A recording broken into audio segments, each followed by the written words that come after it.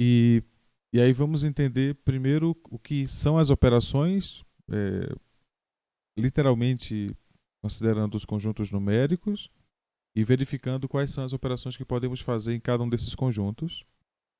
E a partir da concepção do que são essas operações, entender qual é o espectro de operações que chamamos de operações algébricas.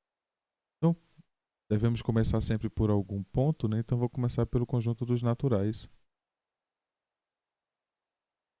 Então, dado o número natural A e o número natural B, estão definidas as seguintes operações. A operação de soma, que tem esse símbolo, que significa que você considera dois números naturais A e B e associa esses números ao número natural A mais B. Aqui nós podemos fazer uma pequena incursão sobre a natureza primordial dos números. Existe para os números naturais a concepção de que nós temos uma unidade. Então, podemos considerar isso e considerar então que qualquer número, o número A, por exemplo, ele é soma de uns. O número A é a soma de uns tantas vezes necessárias quanto for para criar o número A. Então, A vezes. Nesse contexto, significa que essa soma, né, ou seja, a associação de considerar o número natural A e o número natural B, e considerar então a soma deles, significa então considerar a soma de uns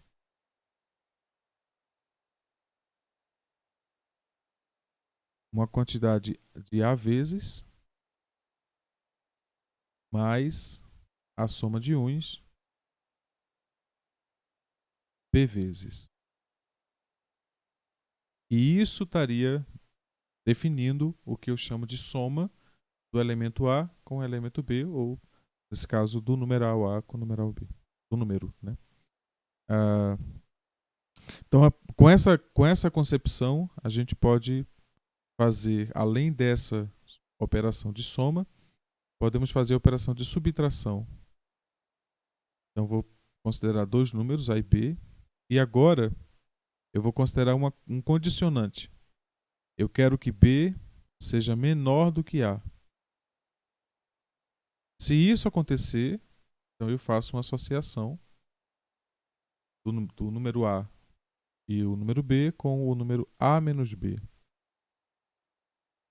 E o que seria isso? Usando essa concepção aqui, isso seria exatamente considerar, primeiro, a quantidade A de somas de uns, A vezes. E agora o que eu vou fazer é cancelar B vezes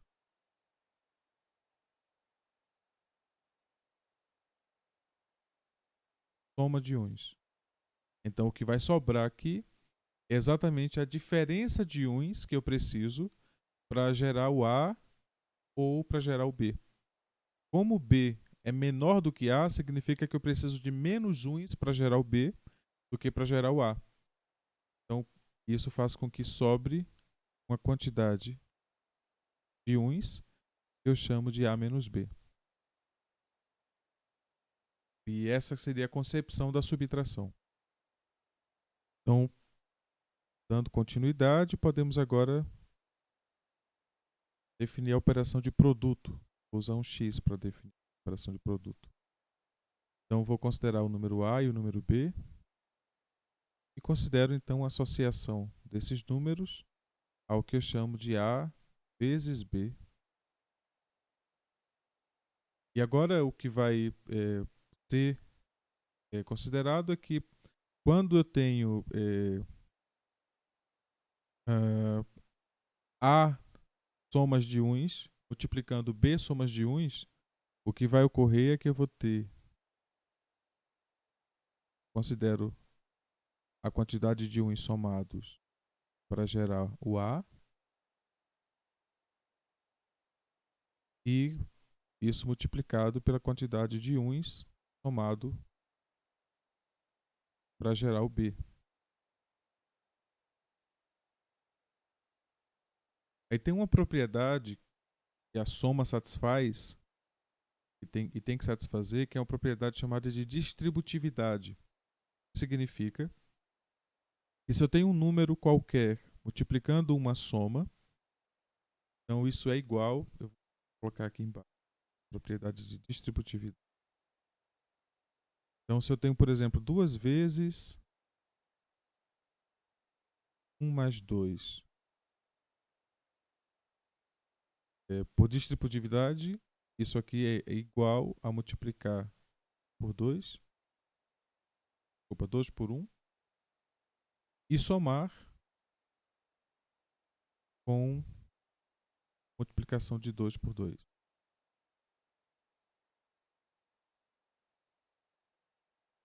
Isso aqui chamamos de distributividade.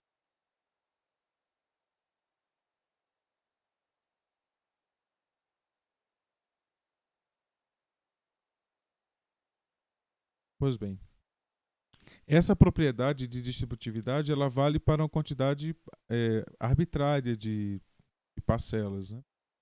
Então ocorre que aqui o que vamos ter é que eu vou poder considerar esse primeiro 1 multiplicando todos os números que estão aqui.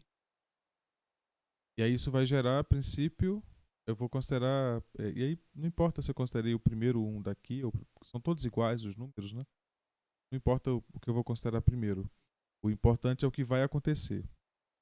Então eu vou considerar o número 1 multiplicando toda essa coleção de 1s que somados dão B.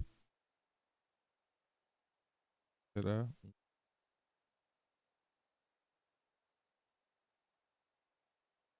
isso aqui, quantidade B de 1. E agora eu tenho a soma.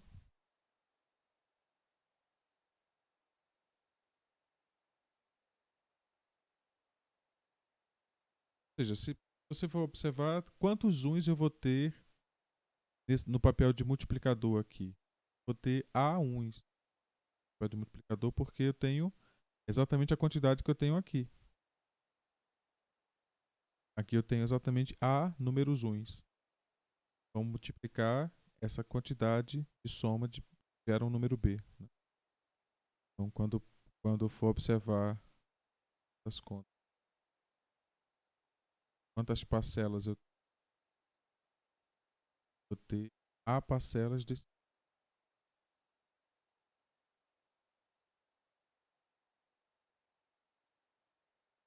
Então,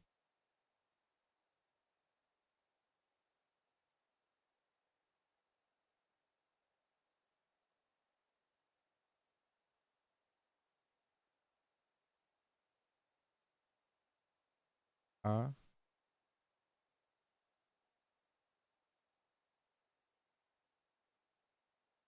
essa quantidade de parcelas, né? Vezes 1 mais 1 mais 1 mais 1 é A vezes. E isso vai gerar exatamente o número A vezes B. Isso aqui é exatamente o número. E é assim que a gente pode definir estruturalmente o que seria o produto. Então, vejam que as 3 operações que foram definidas, são definidas a partir dessa concepção de que cada número natural ele pode ser visto como a soma de números uns, né? E que você pega, por exemplo, então você diz que uma quantidade ela é uma acumulação de números uns, né? Então, quando eu digo que eu tenho A unidades, é exatamente, explicitamente o que eu estou querendo dizer. Quando eu digo, sei lá, eu tenho 12 unidades, então é porque eu tenho 12 vezes 1. Né? Então, tenho 12 uns somados. Tá? Então, por essa estrutura, podemos observar que a soma, ela literalmente atrelar a concepção de que cada quantidade é a soma de uns, isso para a quantidade A em associação com a quantidade B. Então, quando eu faço essa soma, significa agora que eu estou gerando um terceiro número, que eu vou chamar de A mais B, e esse número ele é gerado por A1s mais B1s. Então, e agora eu tenho A mais 1 Bs. A mais B1s. Essa seria a ordem. Então, considerando isso como uma soma, observamos então que a subtração seria definida exclusivamente quando essa condição é satisfeita. Então, B menos A tem que ser satisfeito para que a definição de subtração esteja definida. E uma vez considerando que B é menor que A, significa que para gerar B, eu preciso de uma quantidade menor de uns. Então, considero agora que A menos B seria construído por essa estrutura aqui, em que eu gero primeiro o A, então tenho o número de uns que gera o A. Dentro dessa estrutura, dessa quantidade de uns, eu vou ter a quantidade menor de Bs que gera A, B é menor que A. Né? Então, eu tenho a quantidade menor de uns que gera B, desculpa. E quando eu subtraio essa quantidade de uns, o que sobra, ou seja, quando eu tiro, né, subtrair é tirar, quando eu subtraio essa quantidade de uns que sobra, o que resta vai ser A menos B. Né? Então, essa seria a estrutura da subtração. O produto, por sua vez, considerando ainda a estrutura de somas unitárias, o produto, por sua vez, seria você considerar a distributividade de forma mais ampla. Né? Então, eu sei que é distributivo para cada numeral. Cada número que está aqui, eu sei que é distributivo. Então, vai ser distributivo para a soma inteira. Então, o que acontece é que quando eu considero o número A de uns, e multiplicando o número B de uns, o que eu vou ter como resultado é uma cadeia de produtos, então de uns, multiplicando a soma de uns, tantas vezes quanto forem necessárias para gerar A vezes B. Cada número desse aqui é B.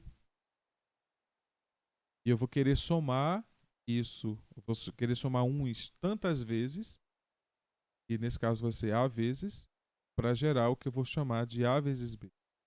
Então, nessa concepção de soma, usando a unidade dos naturais para gerar os números, nós temos essa concepção, então, das operações de soma, diferença e produto. A próxima definição tem de ser a definição de divisão. Né? Então, a divisão eu vou colocar assim.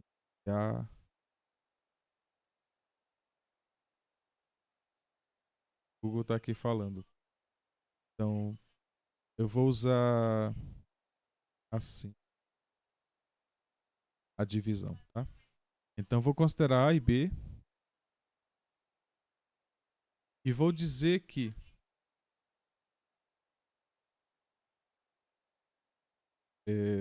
eu ia parar ali o Google. Porque eu vou conseguir dividir A por B novo se B for menor do que A. Se B for menor do que A, eu divido A por B. E como é que eu faço isso agora? Eu considero o número A e considero o número B. De novo, eu posso usar a mesma... Isso aqui seria uma alegoria. Né? Eu estou considerando a estrutura de numeral como sendo uma acumulação de uns, e a partir disso eu consigo definir as coisas. Mas bem, então A maior que B significa que eu tenho uma quantidade de uns e eu tenho uma quantidade menor de B, né? Menor de uns para gerar B. E aí eu vou tentar construir. Eu vou escrever mais uns para ficar. Aí teria.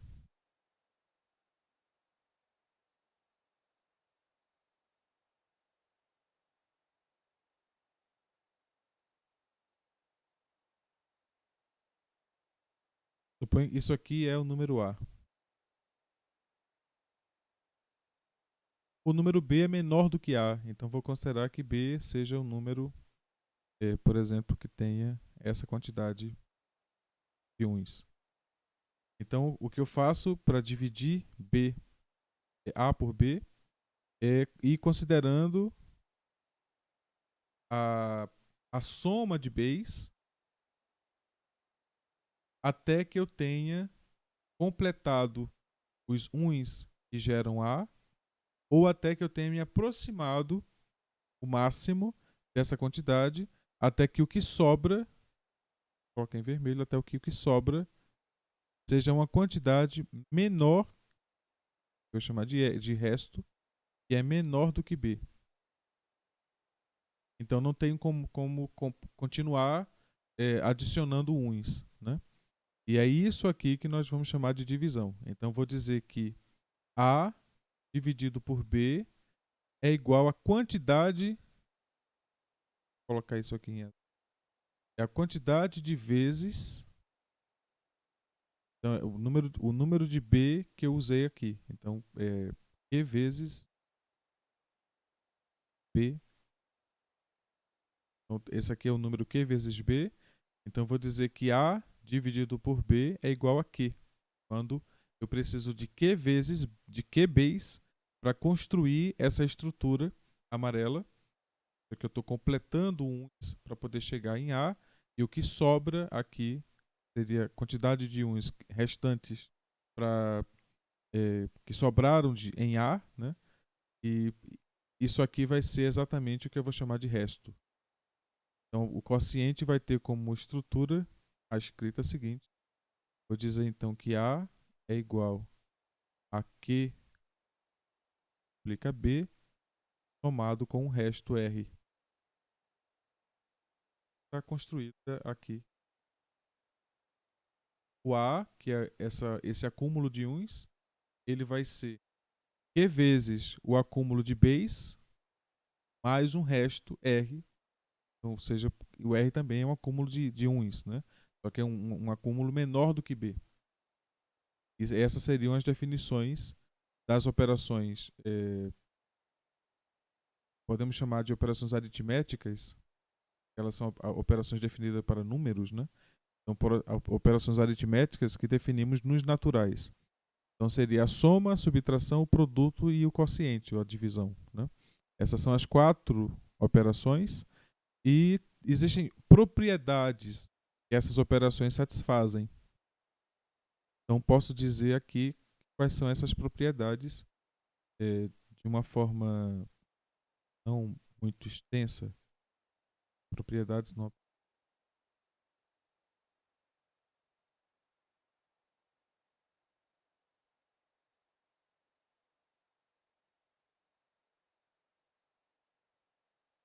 Mas bem, então, primeira coisa, quando eu considero a soma, propriedades das operações: soma, subtração, produto e quociente. Então, dados dois números naturais quaisquer,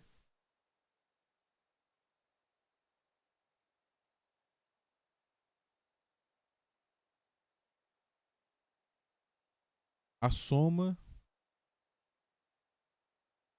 ainda é um número natural.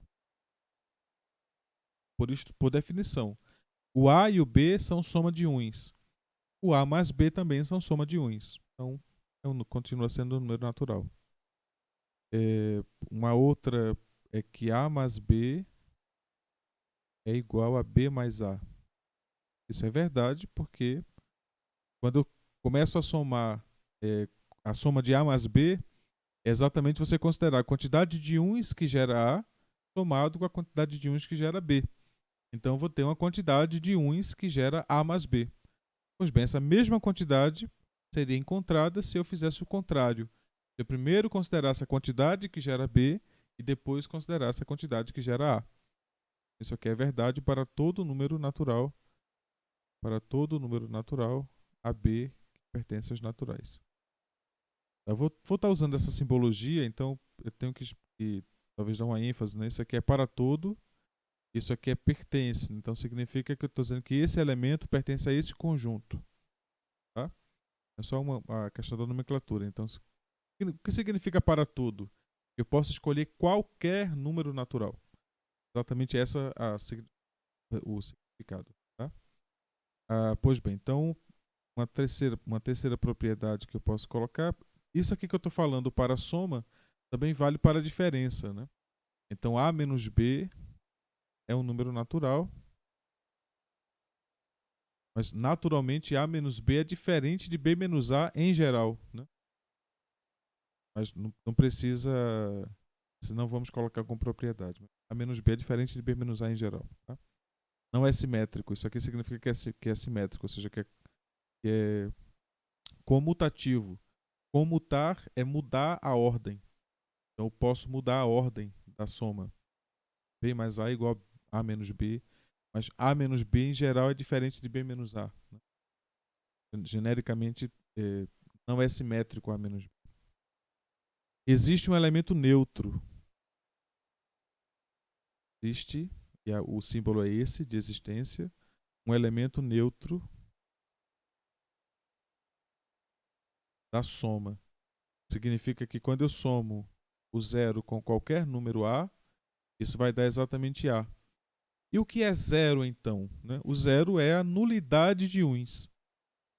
Quando eu escolho o número zero, significa que eu não escolhi nenhum para gerar o número zero. O número zero não tem nenhum número 1 gerando ele. Portanto, quando eu considerar zero somado à quantidade de uns que gera A, vai dar exatamente a quantidade de uns que gera A. Né? Então, por isso, o número zero ele é o número neutro da soma. O elemento neutro da soma. O produto, né? Então, quando eu considero o produto de dois números, então para todos A e B, natural, o produto A vezes B pertence aos naturais, não é um número natural. Eu já falei, o produto é você considerar a quantidade de uns que gera A e a quantidade de uns que gera B e usar distributividade gerando então um número bem maior, que vai ser o número que gerado por uns também, né? Mas que gera exatamente o número A vezes B. Esse é um número natural. A propriedade 6 é de que é invariante a ordem. Eu posso usar tanto A vezes B quanto B vezes A. Isso não muda o valor que eu vou encontrar. Ou seja, é comutativo. B é igual a B vezes A. Existe um elemento neutro para o produto e esse elemento neutro é exatamente 1. Então existe o número 1, que é o elemento neutro dos naturais, para a soma dos naturais. Significa que quando eu multiplico A por 1, vai dar exatamente A. Porque eu tenho a soma dos uns que geram A, e quando eu estou multiplicando por 1, eu estou considerando de novo a soma dos uns que geram A. Então, a multiplicação tem o 1 como elemento neutro. Temos a 7, 8. Temos a associatividade da soma e do produto. Significa não para todo A, B e C natural. A que soma com B, soma com C, é igual a A. Aqui eu posso somar primeiro A com B, ou eu posso somar primeiro B com A. B com C, desculpa. Posso somar B com C. Então a soma, tanto eu posso somar 3 elementos de uma vez só, porque aqui em cima eu tinha definido a soma para 2 elementos apenas, né? Eu tinha definido a soma para 2 elementos, 2 números naturais. Agora eu posso somar 3. É o que diz essa propriedade. Eu posso somar 3 números naturais de uma vez só e independente da ordem. Eu posso somar na ordem que eu quiser. Essa propriedade é chamada de associatividade. E é uma autopropriedade, seria a propriedade 9. que seria a distributividade, dados 3 números, a distributividade da soma com o produto,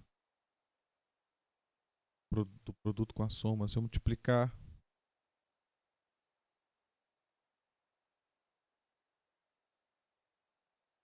A que multiplica B mais C, isso vai dar exatamente A que multiplica B mais A que é chamado de distributivo porque de fato você está distribuindo o número A entre os termos da soma, né? Eu vou multiplicar A por B e vou somar com A multiplicado por C. Observa que a ordem das operações ela mantém, né? Estou multiplicando aqui, ó. Então pego A e multiplico por B, e a soma agora passa a ser que define dois termos, né? Eu tenho dois termos aqui, o termo B, o termo A, o termo C, e A está multiplicando os dois termos, então eu posso multiplicar cada um dos termos em separado e depois somar essa propriedade. E aí haveria uma outra propriedade, seria a propriedade do inverso multiplicativo, mas não existe inverso multiplicativo para os números naturais. Isso só vai existir para os números racionais em diante. Pois bem, observem que essas operações que aqui defini são operações que fazem, que são feitas para números, que são os primeiros números, né? Então todas essas operações nós aprendemos ali da primeira até a quarta série do ensino fundamental, mas não aprendemos dessa forma que aqui está. Aprendemos de uma outra forma. Inclusive essas propriedades, eu nem sei se é ensinado no ensino médio, do ensino médio ou fundamental, nem sei se é ensinado nessas estruturas menores, né? Mas é importantíssimo porque nós usamos essas propriedades na rotina aritmética, tá? Por isso que eu estou mostrando assim. Vocês têm alguma dúvida até o momento?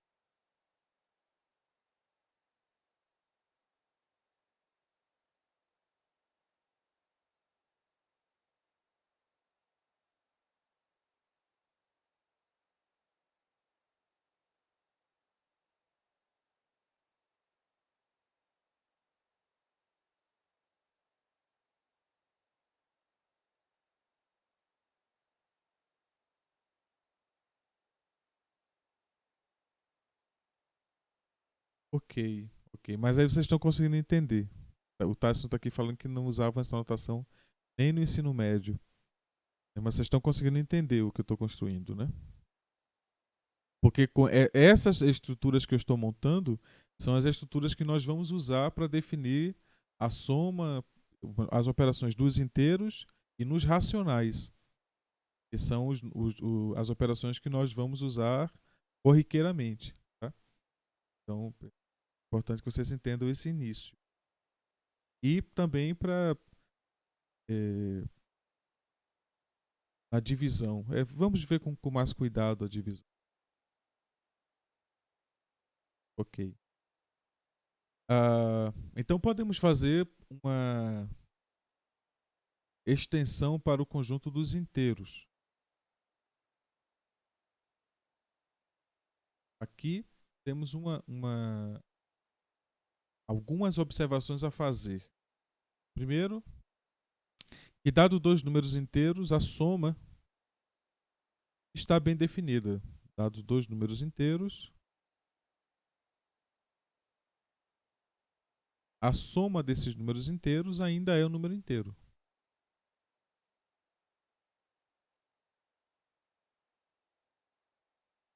Nós temos que perceber só um detalhe, que é o seguinte. Eu preciso saber definir o que seria 1 somado com menos 1. Né? Eu precisaria definir apenas isso. O que seria 1 somado com o número menos 1? Isso eu vou chamar de zero. Eu vou dizer então que esses números são simétricos.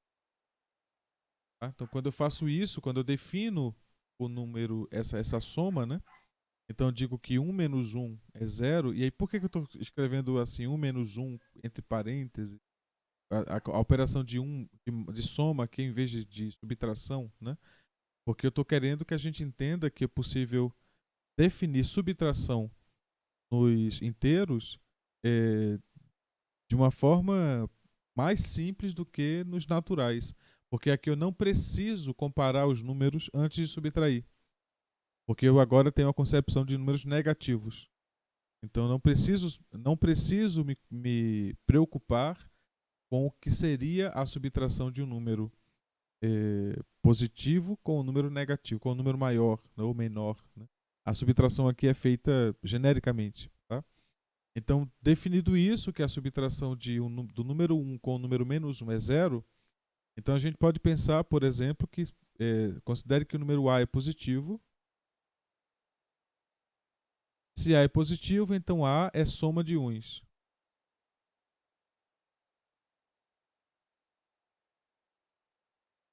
E considere que B seja negativo. Se B é negativo, então B é soma de menos uns.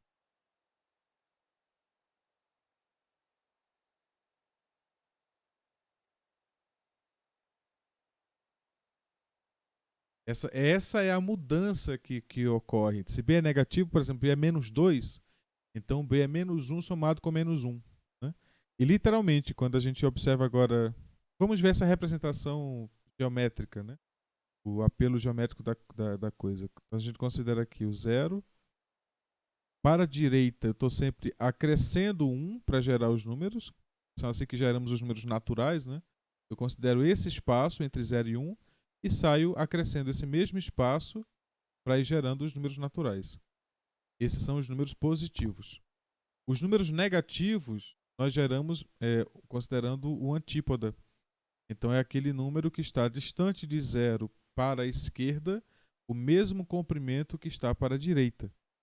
Então eu vou considerar aqui o menos 1. E essa distância aqui de 0, menos 1 até 0, é a mesma distância de 0 até 1. Então quando eu considero agora o menos 2, eu vou considerar essa distância até 0, e é exatamente a mesma distância que eu considero até o 2. Então, portanto, o que eu estou fazendo para gerar o menos 2 é somar. Eu estou somando o número menos 1 duas vezes. Estou somando o número menos 1 duas vezes para a esquerda. Portanto, menos 2, ele, por definição, ele é o número menos 1 somado com o número menos 1. Essa é a definição de menos 2. Tá? E, portanto, qualquer número negativo, ele é a soma de menos 1, né? Diferente do que seriam os números positivos. Para os negativos, eu considero que seria a soma de números menos 1. Então, quando eu faço essa concepção, agora a soma passa a ser uma coisa mais geral. Né? Então, quando eu considero, por exemplo, número positivo somado com número positivo, é igual à soma dos naturais. Se A e B são positivos, é exatamente a quantidade de uns de A somado com a quantidade de uns de B. O que é interessante é fazer esse tipo de soma aqui, em que A é positivo e que B é negativo. Quando eu faço essa soma, o que ocorre é que você vai considerar a lista dos números uns que geram A e do lado você vai fazer a soma com números menos uns que geram B.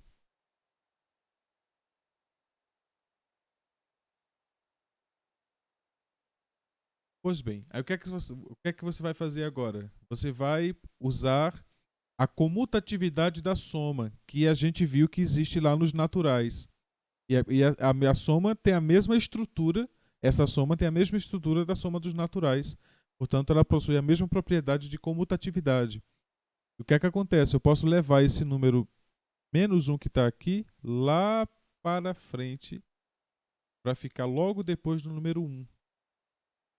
Então, o que eu posso fazer é escrever o número 1 somado com o número menos 1. E aí eu vou gastando os números que estão aqui, ó. Eu usei esse e usei este. Pois bem, então agora eu vou fazer a outra soma. Mais a soma de 1 com menos 1. E aí estou gastando mais números. Gastei o segundo, gastei o segundo. E vou fazendo isso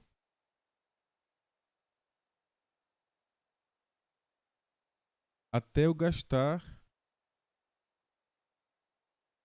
todos os números que estão nessa lista ou naquela. O que importa é quem eu gasto primeiro, né? Vou supor que o número A tenha mais uns do que o número B tem menos uns. O que significa que vai sobrar uma quantidade de números uns aqui no final.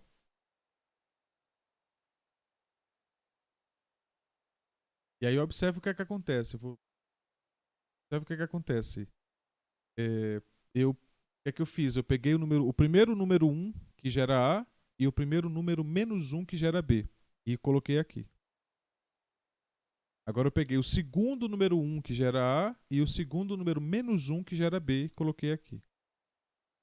E fui fazendo isso até gastar todos os números menos 1 que geram B. Esse aqui é o último número menos 1 que gera B. Então não tem mais nenhum número menos 1 que gera B, mas sobrou uma quantidade aqui de 1s que gera A. Eu escrevi aqui. Por definição, a soma de 1 com menos 1 dá 0.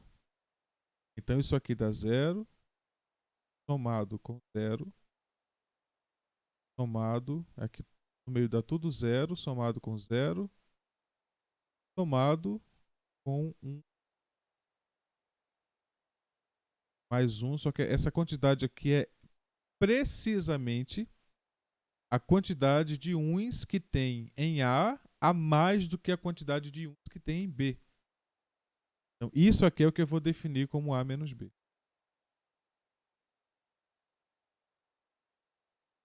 Nesse caso, como B é negativo, então isso aqui é A mais B. Né? B é negativo.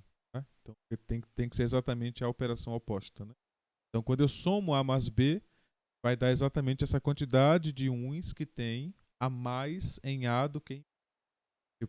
Todos esses outros pares, né, uns e menos uns, foram cancelando. E o que considera-se aqui é exatamente a quantidade de uns que tem, que gera A mais B. E aí, se fosse o contrário, se eu tivesse uma quantidade maior de uns negativos, que geram B, a mais do que números A's. Então, o que aconteceria é que aqui eu teria menos 1 somado com menos 1, e essa quantidade aqui seria exatamente A menos B. Como B tem uma quantidade maior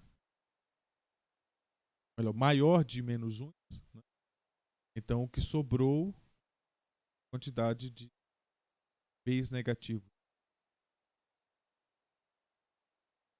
Na verdade, como B é negativo, né? Então isso aqui eu posso considerar que é a soma mesmo. Usando como a notação que eu usei aqui embaixo, né? Eu vou usar a mesma notação, que é a soma. O que significa isso? Que eu estou considerando o sinal de B intrínseco. Ou seja, eu estou considerando que B ele é gerado por menos 1, então ele é negativo estruturalmente. E o número A é positivo, é positivo estruturalmente, é a soma de uns, é positivo. A soma de menos uns é negativo. Então o que eu posso fazer é somar esses números. E a soma vai dar número negativo se B for maior que A, ou seja, se B tiver mais menos uns, e vai ser positivo se B tiver menos uns do que A. Né? Então, mas aí, o que significa isso? Significa ter uma coisa que a gente chama de módulo. É uma coisa que vocês devem ter estudado em algum. É o seguinte, dado o número inteiro,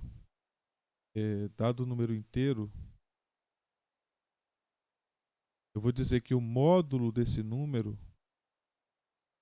é exatamente a quantidade de uns que eu tenho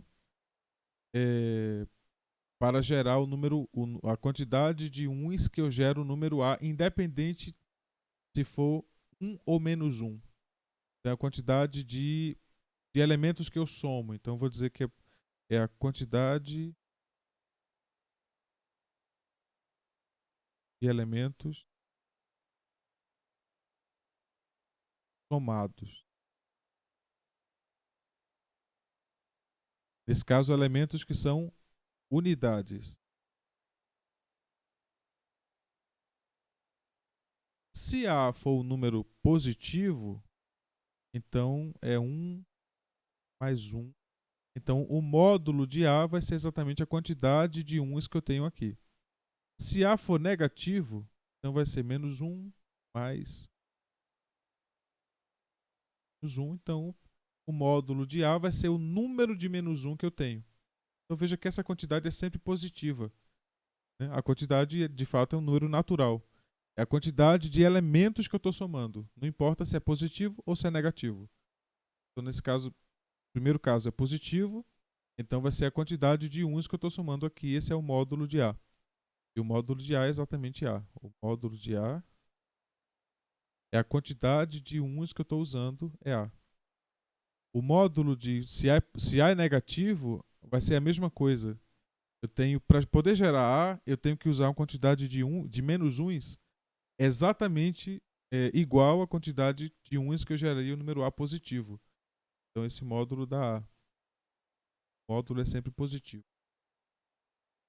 E o módulo dá o número de unidades que eu estou usando. Tá?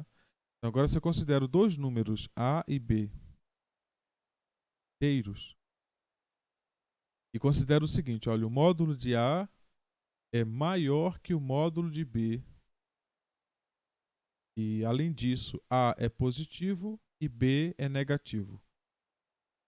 Então, significa que quando eu somar A com B, esse número vai dar positivo. Por quê? Porque eu tenho mais uns somando, quando eu for considerar a soma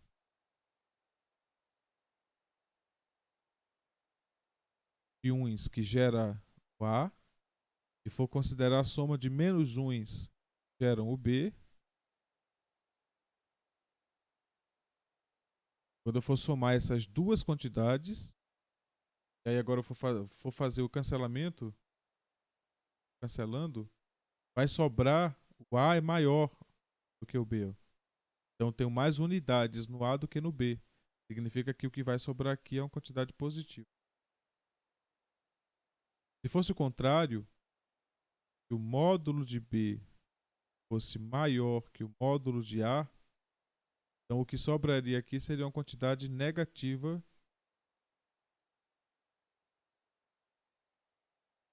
E então esse número seria negativo. Mas B é negativo. Teoricamente temos essa estrutura. E isso representa muito do que podemos fazer com a questão da multiplicação, por exemplo, de números inteiros, né? Um número positivo com um número negativo, aí vai. Então, a concepção agora é que precisamos entender como fazer a multiplicação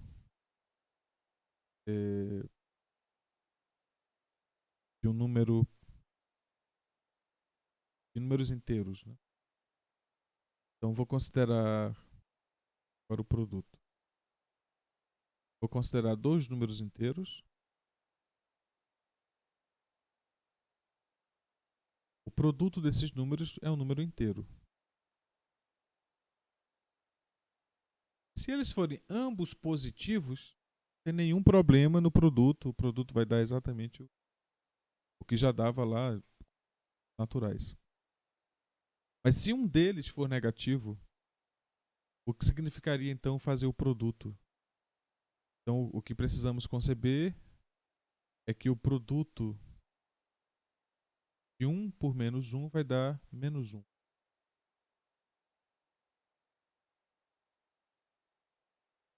Perceber isto. E o produto de um número, uma unidade positiva, unidade negativa vai dar unidade negativa. Então, multiplicar um número positivo por um número negativo faz com que o número resultante seja negativo. Então, quando eu multiplico o número A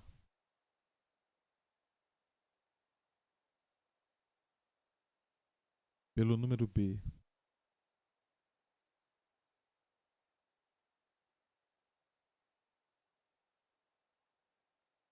eu vou obter o número 1 está multiplicando a soma dos números negativos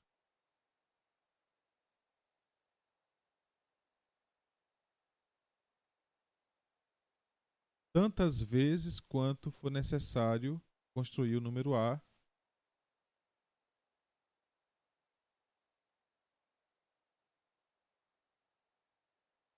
Só que aí agora, só que agora eu vou aumentar aqui para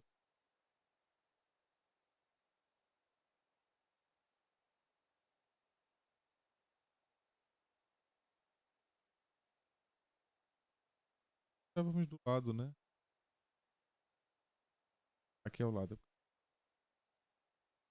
Mas bem, então agora eu estou considerando o número. Estou aqui, ó. Quadro aqui. Nessa parte de cá. Então, quando eu considero o número A positivo, então é a soma de uns. O número B negativo, então é a soma de menos uns. Estou multiplicando A por B. Então, o que é isso? A gente já definiu para a soma para os números naturais, né? É considerar o número 1. Então, considerar para cada número 1 aqui, uma vez toda essa soma. Então, para cada número 1, estou considerando toda a soma que gera o número B. E aí eu vou considerar outro número 1 e, de novo, toda a soma que gera o número B. Até eu gastar todos os números 1 que geram o número A.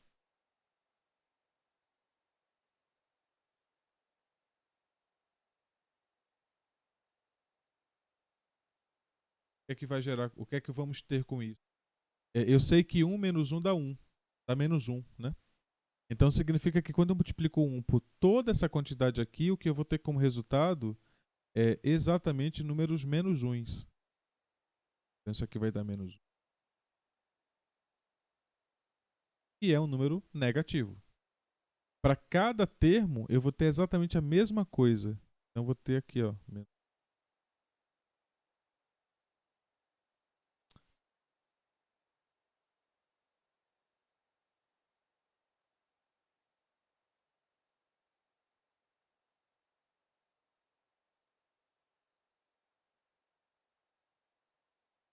Então tenho aqui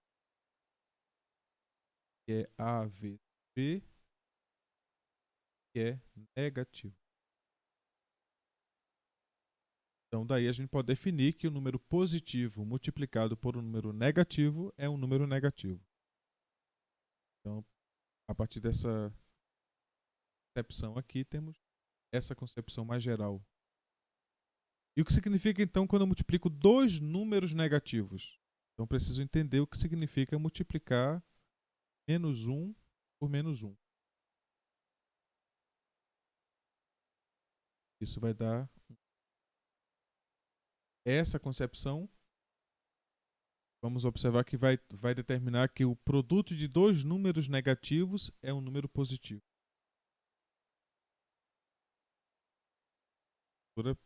Bem equivalente. Será número 1. Os dois são negativos. Quando eu considero menos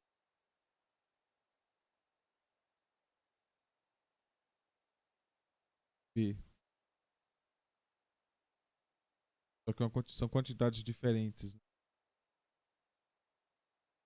Ah, quando eu multiplico A por B, eu vou ter menos 1 que multiplica toda a estrutura que era menos B.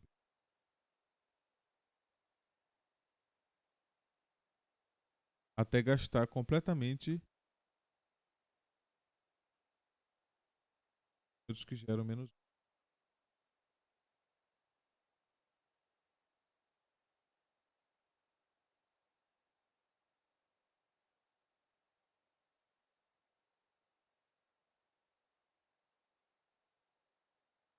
por definição, menos 1 multiplicado por vai dar menos 1. Agora, dando distributividade, aqui eu vou ter. E esse bloco inteiro aqui vai se replicar na soma de menos 1. Isso vai acontecer para todos os blocos. Então, o que eu vou ter no final das contas é a soma de menos 1.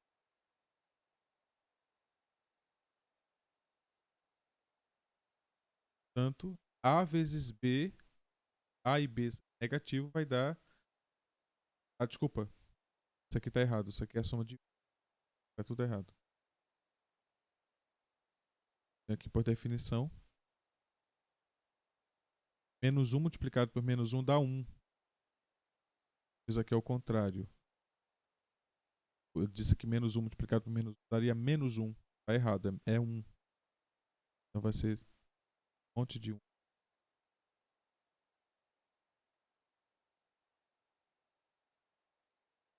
E a soma de 1 dá um número. Produto de um número positivo por um número negativo dá um número negativo. Produto de de dois números negativos dá um número positivo. Então, a partir daí, nós temos gerado uma coisa que nós vamos chamar de sinal do produto. O sinal do produto de dois números, ele é positivo se os sinais forem iguais. E é negativo quando os sinais são diferentes. É exatamente essa uma regra geral, né? Quando você considera dois números quaisquer inteiros, aí você considera que A e B são positivos, então o produto é positivo.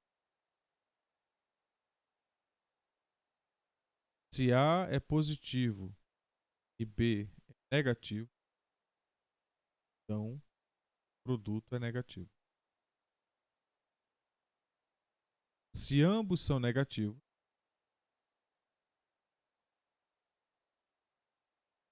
então o produto é positivo. Se ambos são positivos, produto positivo. Então, agora, o que poderia mudar era a ordem, né? Ou seja, um ser positivo, outro ser negativo, mudando a ordem, A ser negativo e B ser positivo, mas daria o mesmo resultado, basta que eles tenham sinais diferentes, essa regra intermediária aqui. Se eles tiverem sinais diferentes, o produto vai dar negativo. Tá? Então, essa seria a estrutura primordial para a soma e o produto de números inteiros. E o detalhe aí está no fato de que agora eu tenho aritmética considerando o número negativo. O número que tem a estrutura, em vez de ser a soma de uns, ser a soma de menos uns. E nessa concepção temos aí o que seria a estrutura de números negativos, a operação de números negativos. Então podemos seguir. E antes de passar para o que seriam os números racionais, podemos fazer algumas operações intermediárias. Eu posso chamar de operações especiais.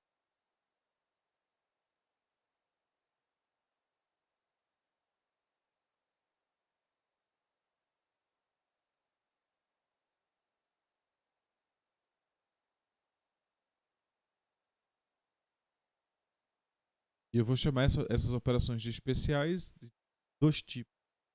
Então, primeiro, por causa do produto de dois números, e ainda para números naturais, eu considero dois números naturais.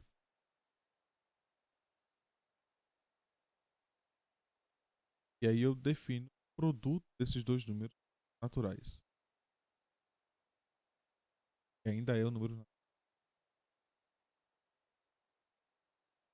Pois bem, agora por causa dessa operação de produto, a gente pode definir uma operação chamada de potenciação. A potência de um número.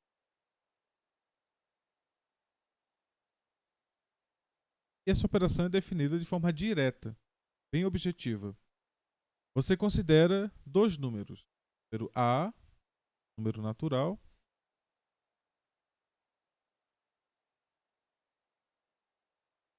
e considera n também um número natural.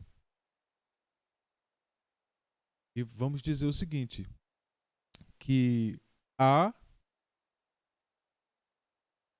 com potência n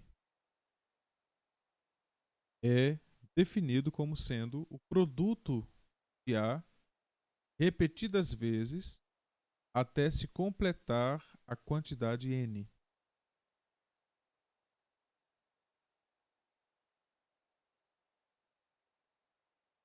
Observando que o produto é uma operação comutativa e podemos aqui considerar que A é um número sempre positivo, né, já que é natural, essa definição de potência, ela também passa a ser uma definição que é uma representação. Isso aqui a gente pode entender como sendo uma notação. É uma forma de escrever o produto de forma sintética. Então, estou escrevendo o produto, esse produto que estaria por extenso, eu escrevo de forma sintética usando essa notação aqui. Eu digo que, então, eu pego o número que está sendo multiplicado por ele mesmo e observo quantas vezes eu vou querer fazer isso. Considero aqui a parte superior direita do número como sendo o lugar onde eu vou escrever a quantidade de vezes que eu pretendo multiplicar o número. Isso aqui eu vou chamar de potência. Temos algumas propriedades para essa operação. Então, propriedade 1 é que a potência produto da potência dos números que são iguais, ou seja, você pega as potências do mesmo número, isso é igual à potência da soma expoentes. E aí sim, nomenclatura é que a gente chama isso aqui de base, e isso aqui de expoente.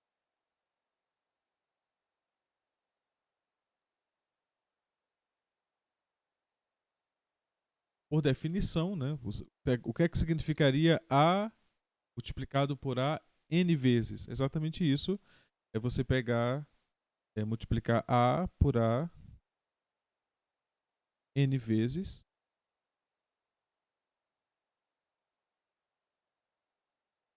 E o que significa multiplicar A por A m vezes? É multiplicar A por A m vezes. Exatamente. A definição é tão mnemônica que quando você fala o que é, você já entende o que é, né? E agora, essa representação aqui me diz que isso é exatamente A multiplicado por A m mais n vezes.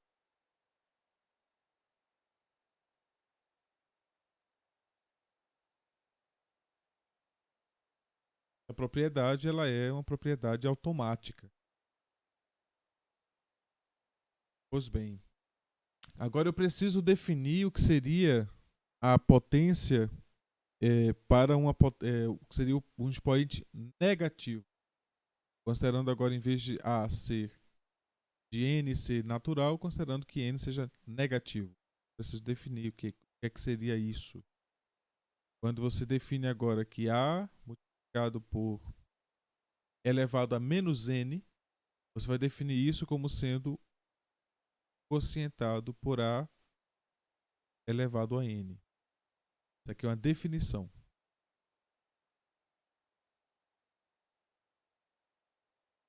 Definido isto, então temos uma estrutura natural, né? Ou seja, A elevado a menos n é um quocientado por A multiplicado por A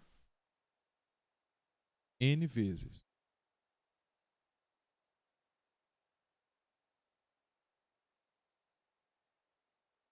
essa seria a primeira coisa que estamos definindo que está fora de um esquadro natural, né? Talvez seja a primeira coisa que está sendo definida a partir de uma operação natural e que não é tão natural. Eu considero que seria uma potência negativa, quando o expoente é negativo. A operação de potenciação para um expoente negativo. Dessa concepção, então agora surge o fato. Se você multiplicar A elevado a N por A elevado a menos N, isso vai dar 1. Significa, então, que é o que a gente vai chamar, quando estiver considerando números racionais, de inverso multiplicativo. Então, eu considero dois números, o número A elevado a N e o número A elevado a menos N. São dois números. Eu estou multiplicando esses dois números e o que eu estou obtendo como resultado é o que eu chamei de unidade. É o elemento que é o elemento neutro do produto. É o número 1. Esse elemento neutro do produto, ele define o que são inversos multiplicativos. Então, o número A elevado a N é, portanto, o inverso multiplicativo do número A elevado a menos N. Isso justifica, inclusive, essa definição. É definido dessa maneira. Essa equação que está aqui, ela implica a equação que eu escrevi abaixo. Observe que se eu considerar isso aqui como uma razão, então tenho extremos pelos os meios pelos extremos, né? Então isso aqui vai dar A elevado a N, que multiplica A elevado a menos N, igual a 1 vezes 1. Né? Meio para os extremos. E vezes 1 é igual a 1. Então eu tenho exatamente o que eu defini aqui.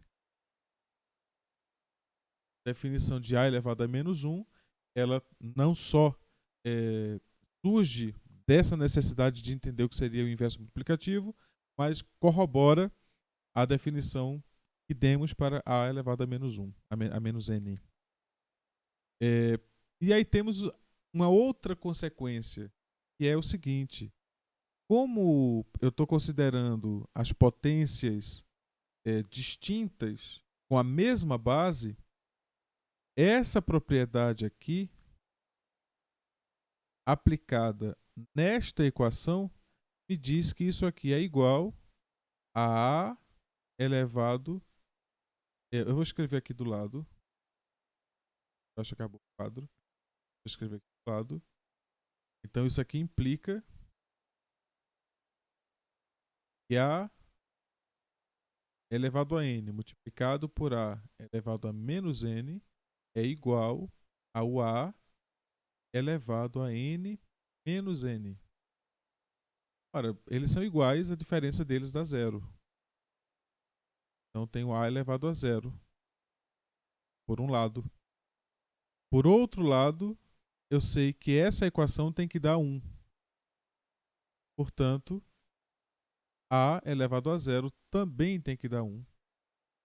Chegamos aqui a uma outra estrutura. A princípio, podemos definir isso, dizer que quando o expoente é zero, para qualquer que seja a base, naturalmente diferente de zero, para qualquer que seja a base, estamos considerando que isso vai dar 1. Por um lado, temos isso. Por outro lado, se eu defino o inverso multiplicativo de um expoente como sendo o expoente negativo, com a mesma base, né? Você considera da mesma base o mesmo expoente, só que agora é negativo. Se eu considero essa definição de expoente negativo, então, de forma intrínseca, eu vou estar definindo isto, que a potência nula, o expoente nulo de qualquer número é 1. Então, a potência nula de um número é 1. Essa seria a definição natural para essa propriedade primária. Então, essas são as coisas iniciais que podemos considerar sobre potência. Agora podemos passar para outra operação, que seria a operação de radiciação.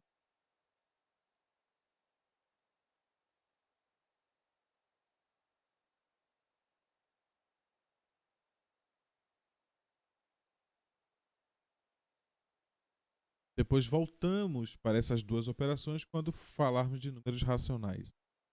Então, a radiciação em si, ela é uma busca por pela resposta de uma equação, que é o seguinte. A princípio, eu vou considerar números naturais para procurar a radiciação e vou procurar números especiais. Então, vou considerar números que são da forma a ao quadrado.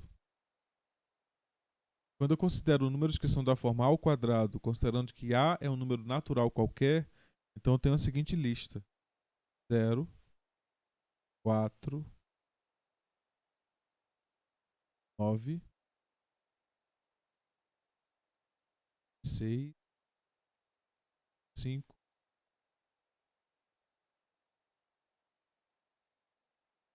E agora, dada essa lista, é possível considerar de forma até natural quem seria o A.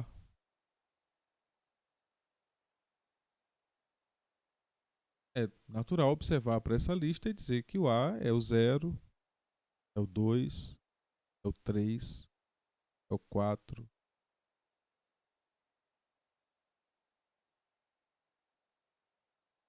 Quando vimos a operação de potenciação, estávamos nessa direção aqui. Isso aqui seria a potenciação. Ou seja, é a potência de um número. Eu vou escrever potenciação por causa da palavra ação, que seria tomar a potência. Tomar a potência de um número, a potência 2 de um número. Então, seria tomar o quadrado de um número. Então, tomar a potência 2 seria considerar, geometricamente falando, né, seria considerar um quadrado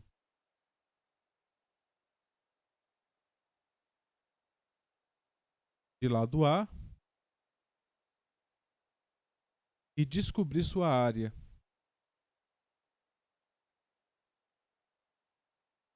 Isso é tomar a potência, calcular a área.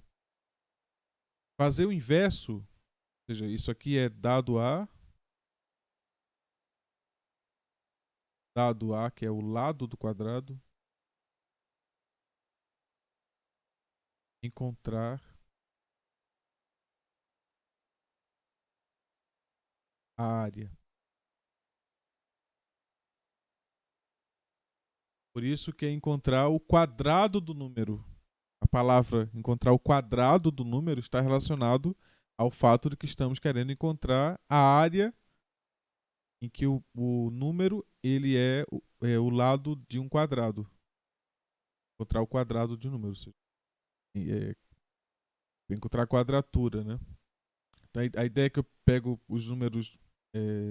Aqui eu não coloquei o 1, né? Poderia ter 1 aqui. Vou colocar aqui 1. O quadrado de 1 é 1. Então, 0, 1, 2, 3, 4, 5, enquanto 0, 1, 4, 9, 16, 25 são a lista das áreas quadradas. Né?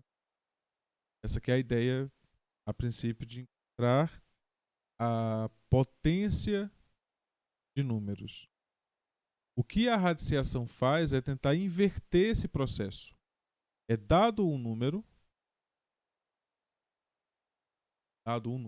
em uma lista, que pode não ser essa, eu quero encontrar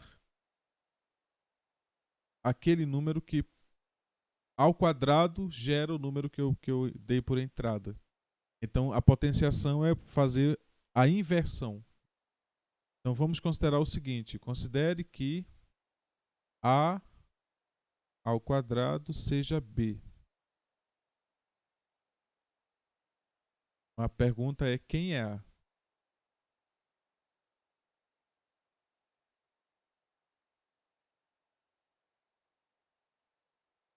Essa é a pergunta que queremos descobrir. Quem é A para que A ao quadrado seja B? Se B for um número que é um quadrado perfeito, que é exatamente essa lista aqui, chamados quadrados perfeitos,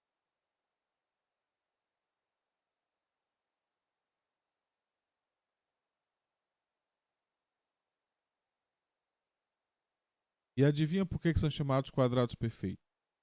Não só porque eles são de fato áreas de um quadrado, então, ou seja, você consegue construir um quadrado cuja área é um desses números aqui, como ele é a potência de um número natural, ou ele é o quadrado de um número inteiro. Então seria, nesse caso, considerado a princípio um quadrado perfeito, vamos considerar assim. Depois a gente estende essa definição. Então, considerar a radiciação seria considerar, por exemplo, considere que B seja igual a 16. Então, qual é o número que é o quadrado da 16? 4. Então, essa operação que eu fiz sem fazer contas é a operação de radiciação. E a operação de radiciação, então, deve ter uma simbologia. E a simbologia é exatamente o oposto da aqui. Então, o que eu quero fazer quando eu busco a radiciação, e radiciação vai ser a radiciação para o número B, quero, dado o número B, eu quero saber quem é A. Então, o B é o número alvo. Dado B, eu quero saber quem é o número que é o quadrado da B. Né? Então, o que eu vou querer fazer é descobrir. Eu vou fixar a raiz quadrada. Então, vai ter que ser isso aqui. Eu quero saber quem é B elevado a 1 meio. E a nomenclatura para isso é esta. Então, aqui eu tenho a nomenclatura que indica a radiciação do número B, que significa eu estou querendo encontrar o número que é o quadrado da B. Se B for igual a 16, então, como exemplo, tenho a raiz quadrada de 16, sabe que é 4, porque 4 ao quadrado é 6. Existem operações mais sofisticadas que posso pensar, mesmo considerando a radiciação, né? Então, por exemplo, posso considerar o que seria multiplicar duas raízes. Eu estou sem quadro, é?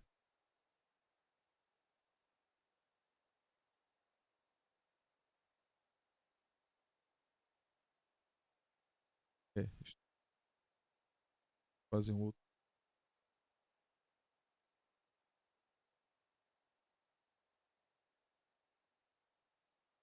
Eu vou salvar isso aqui.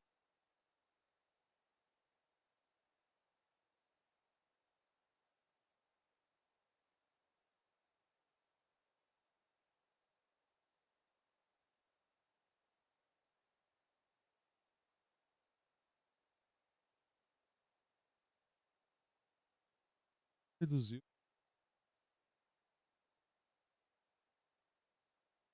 Então, vou voltar aqui a radiciação.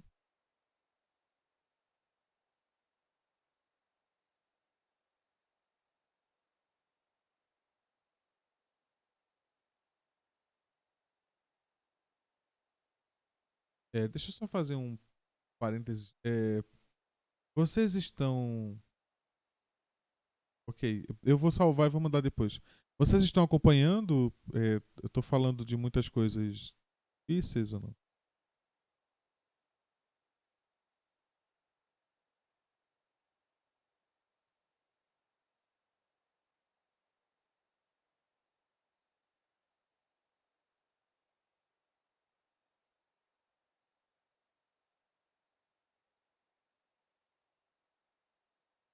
Ok, muito bom. E está sendo útil?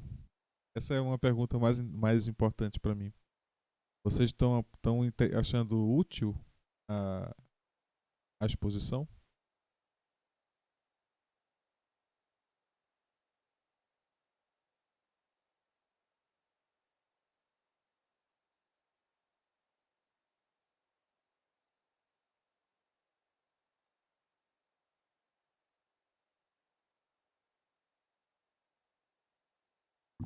Ok, pois bem. Então,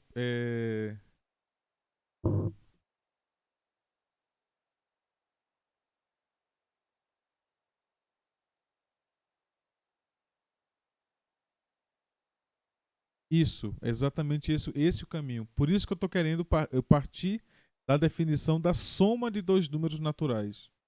É a primeira coisa que eu defini, né? E observa que eu não estou fazendo considerações, eu estou definindo as coisas. Então, é a partir, essa é a estrutura que eu estou querendo propor, né? De não considerar nada. Eu estou considerando, eu estou definindo cada uma das coisas que vamos usar.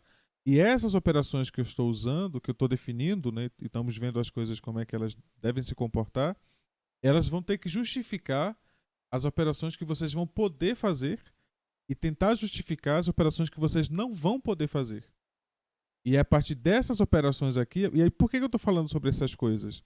Porque, olha, todas as vezes que eu ensinei cálculo, as dificuldades maiores que os alunos apresentavam eram exatamente nesse tipo de operação. Era onde a coisa travava. Sabe? Os alunos até entendiam conceitos mais sofisticados, mas quando iam fazer aplicações, eles travavam nesse tipo de argumento. E aí uma coisa que eu vou incluir, inclusive, em uma das próximas aulas, é a teoria de proporções. E é uma das coisas que, para mim, é importantíssimo e que não está visto em nenhum tipo. Assim, não é uma alegoria, sabe? Não é uma coisa vista de um ponto central de observação. E aí é possível, através da lei das proporções, você provar diversas coisas ou chegar à solução de diversos problemas. E não é visto.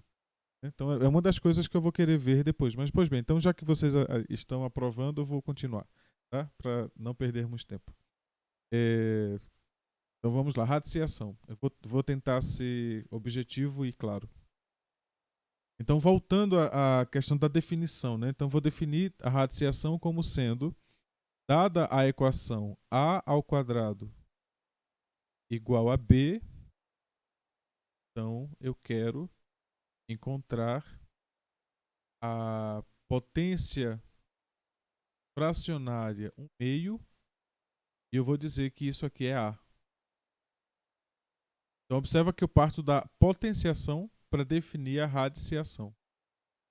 E o que eu chamo aqui de base, vou chamar aqui de raiz. Os nomes mudam, tá? Então isso aqui é a base, e o A é a base. Aqui é o expoente.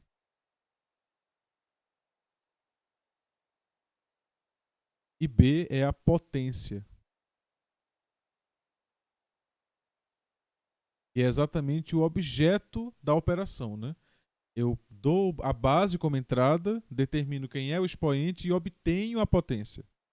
Aqui agora eu tenho o radicando.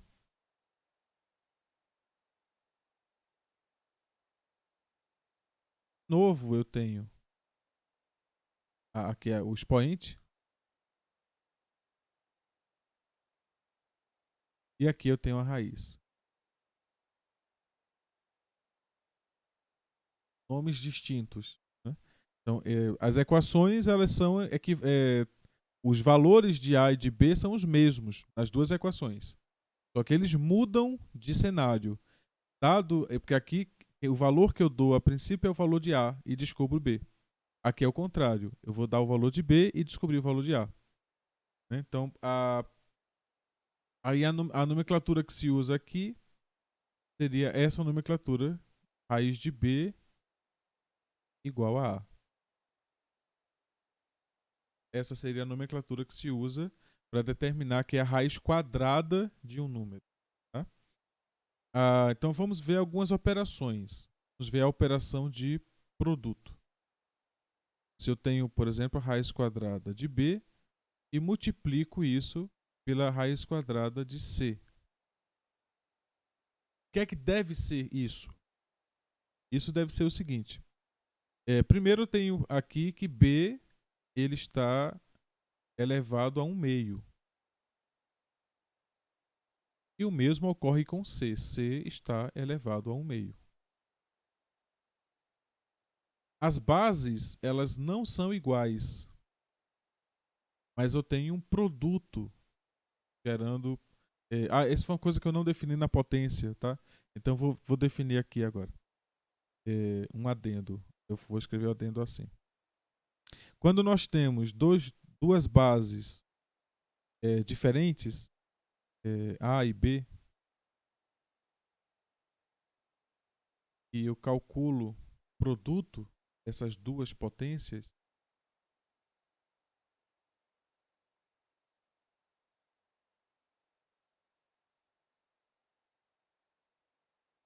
eu vou considerar as potências iguais.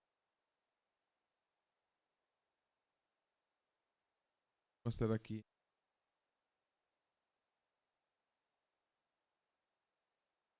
Então, o que é que acontece? Eu posso considerar que aqui vai ser A que multiplica A N vezes.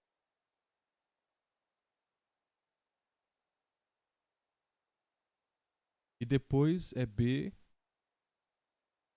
multiplica B também N vezes.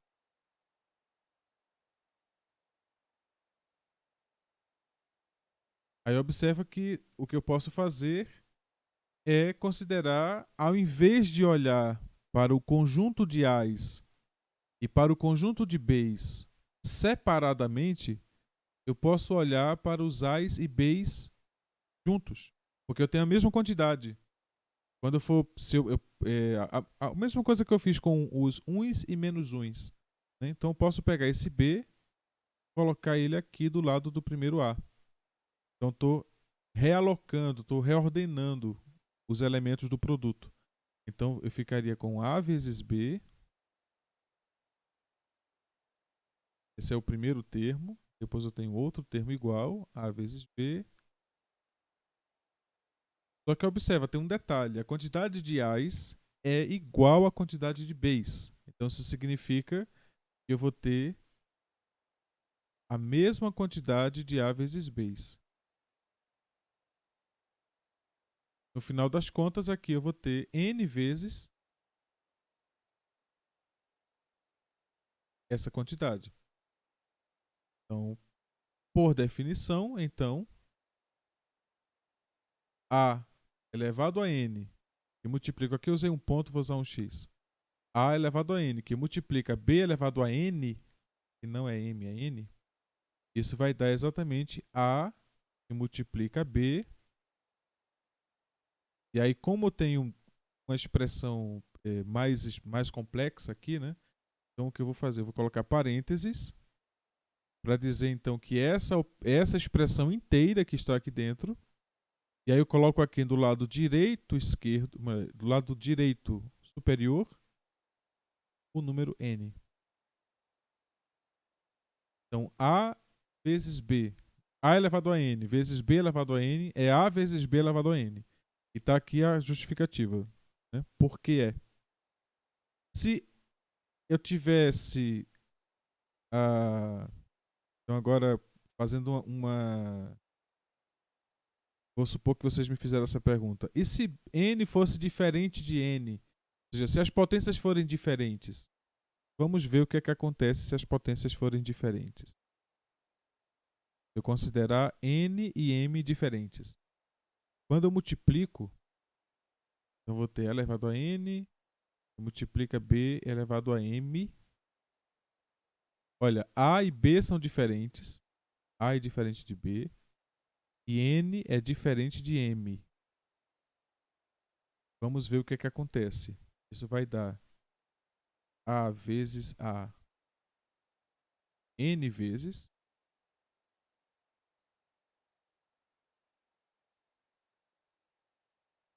Depois eu vou complementar com b vezes b m vezes.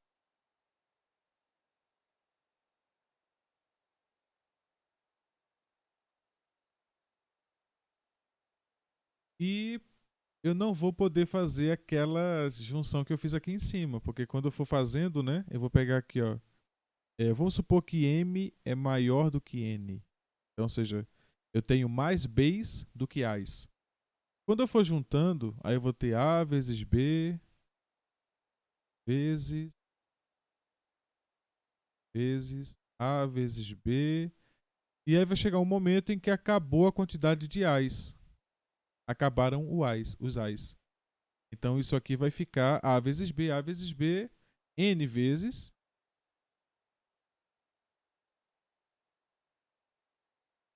E depois vai ter a multiplicação de b vezes b's m menos n vezes. Então o que eu vou poder fazer, no máximo, é escrever isso aqui como sendo a vezes b elevado a n, que é a mesma potência ali, que multiplica b elevado à diferença m menos n. Essa é a única coisa que eu vou poder fazer quando m é diferente de n. Ora, quando m é igual a n, isso aqui dá zero, né? Então, ou seja, não tem nenhum resto. Tanto o número de a's é igual ao número de b's. Então, só fica essa primeira parte aqui. Mas quando b tem mais b's do que a's, aí sobrou uma quantidade de b. Se tivesse mais a's do que b's, sobraria uma quantidade de a. Então, tem que só tomar cuidado com essa questão aí das potências, né? Então, agora podemos voltar para as potências, para essas potências aqui. O que é que aconteceria aqui nesse caso de eu ter... Eu fiz um adendo, é uma observação teórica, tá? Para tentar dar continuidade ao raciocínio. O que eu quero é poder definir o que é que seria o produto de duas raízes quadradas. E a princípio os números são diferentes. E as raízes são diferentes, os radicandos são diferentes. Então a raiz quadrada de b vezes a raiz quadrada de c. O que é que eu poderia fazer com isso? Pelo que acabei de mostrar, a raiz quadrada de b multiplicado pela raiz quadrada de c, isso é igual a b elevado a 1 meio, multiplicado por c elevado a 1 meio. Ora, as potências são iguais. Eu tenho um produto. Então eu posso escrever b vezes c elevado a 1 meio. Mas isso é a raiz quadrada. Sempre que eu tiver potência 1 meio, isso é escrito como raiz quadrada. Raiz quadrada de b vezes c. Então a raiz quadrada de dois números é igual à raiz quadrada do produto deles. Essa é uma concepção que podemos... Uma propriedade que podemos observar. E o que é que eu posso fazer com o quociente de duas raízes quadradas? Vamos ver. Então, se eu tiver raiz quadrada de b dividido pela raiz quadrada de c, o que é que eu posso fazer? Ora, eu posso lembrar que tanto b quanto c são potências de 1 meio, né? Potências de 1 meio. É a primeira coisa que eu posso lembrar. E por causa disso, agora, eu posso lembrar da regra de potência. Como as potências são iguais, isso aqui seria exatamente b sobre c elevado a 1 meio. Então, isso é a raiz quadrada de b sobre c. Essas seriam as operações que podemos fazer do produto de duas raízes quadradas e do quociente de duas raízes quadradas. Então, essas são as consequências do produto e do quociente. E agora vem a pergunta que não quer calar, né? E se eu tiver a soma de duas raízes quadradas, a raiz quadrada de B somado com a raiz quadrada de C. E aí eu vou tomar a soma e tomar a diferença. Raiz quadrada de B menos a raiz quadrada de C. Em geral, isso é de forma assim, 90% dos casos, você não vai poder fazer nada. Em 90% dos casos, essa aqui é a forma mais dos casos, falo que vocês vão tratar, né? Essa aqui é a forma irredutível dessa expressão. Em geral, não existe simplificação a ser feita. No entanto, e aí tem um no entanto, quando esses números aqui, eles são números que possuem alguma característica comum, como, por exemplo, você supõe que aqui eu tenho o B, né, seja 8, supor que o B seja 8 e que o C seja 2. Então eu teria raiz quadrada de 8 mais raiz quadrada de 2. O que é que acontece neste caso específico? Ou em casos equivalentes, né? Eu tenha que B seja o cubo de C. B é igual a C ao cubo. Genericamente, né? Porque é exatamente o que acontece aqui. Ó. B é igual a C ao cubo. O que é que vai acontecer nesse caso em específico? Você vai poder fazer uma simplificação nesta raiz aqui. Essa raiz vai poder ser simplificada. Então você vai ter raiz de 2 ao cubo. Exatamente, raiz de 2 ao cubo. E você sabe que isso aqui vai poder ser escrito como a raiz de 2 ao quadrado e multiplica a raiz de 2. Ora, mas por que isso? Porque eu acabei de definir aqui em cima que quando você tem raiz quadrada, o produto de raízes quadradas, o que você faz é tomar a raiz quadrada do produto dos dois números. Mas isso vale de um lado, mas também vale para o outro. Se eu tiver raiz quadrada do produto de dois números, então isso é igual à raiz quadrada de cada um deles multiplicado pelo outro. Então vale para um lado e vale para o outro, porque é uma igualdade. Se eu tiver isso aqui primeiro, então eu posso ter aquilo ali depois. Mas o contrário também vale. Se eu tiver isso aqui primeiro, eu posso ter isso aqui depois. Porque é uma igualdade, vale para os dois lados. Então a raiz quadrada do produto de dois números é igual ao produto das raízes quadradas. Usando isso aqui eu sei que é 2 ao cubo, ou seja, é 2 vezes 2 vezes 2, ou 2 ao quadrado vezes 2 ao quadrado. Né? Então isso aqui daria 2 ao quadrado vezes 2. Bom, daqui eu já sei que isso aqui é raiz de 4 dá 2. E eu repito raiz de 2. Então a raiz de 8 é igual a 2 vezes raiz de 2. Aí eu volto aqui. E essa soma aqui vai poder ser reescrita. Eu vou poder usar essa simplificação que eu fiz. A gente chama de simplificação porque está numa forma mais simples. Eu estou usando números menores, usando fatores mais simples. Por isso chamado de simplificação. Então eu tenho agora raiz de 8 vezes raiz de 2 como sendo 2 vezes raiz de 2 vezes 2.